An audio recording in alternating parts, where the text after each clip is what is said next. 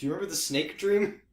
That was like the most surreal dream I've ever had. Did I tell you about the snake dream? No, you haven't told me. Okay, the snake dream. So, one time at it was summer of last year at 10 o'clock at night, and I just had this huge urge to watch Snakes on a Plane. So I watched it. Naturally. And I finished it at 2 a.m. And I was like, I love that so much, I'm going to watch it again. So that's exactly what I did. Is I watched Snakes on a Plane 2 times in a row, and I finished at 4 a.m., and dang, I was tired after a crazy night of Samuel L. Jackson. I just watched Snakes on a Plane, and boy, are my arms tired! Exactly. So, I was looking for my phone, because I always listen to music right before I go to bed, and I was crawling into bed, and at this point I was dreaming, but I didn't know. So I was dreaming that I was sitting on my bed, about to go to bed, and I get a text on my phone, and I whip out my phone, and I look at it, and then all of a sudden I feel this little snake feeling on my knee, because I was sitting like on my knees for right now on my bed.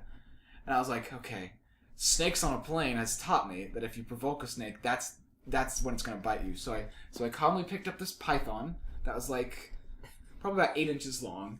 That's not a python. It was a baby python, and it looked like a python. Okay, So adorable. it was 8 inches long? What? It was 8 inches long. I don't know.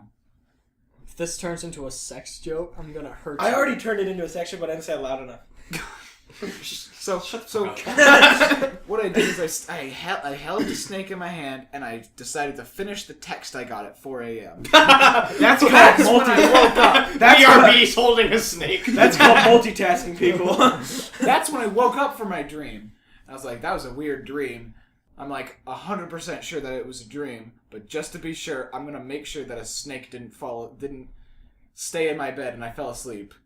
So I dig around my covers, and I'm awake right now, searching for this dream snake. I dig around my covers. Searching for the dream snake. The movie. I dig around my covers, and I'm like, okay, there's no snake in here. Oh, by the way, I'm extremely sweaty.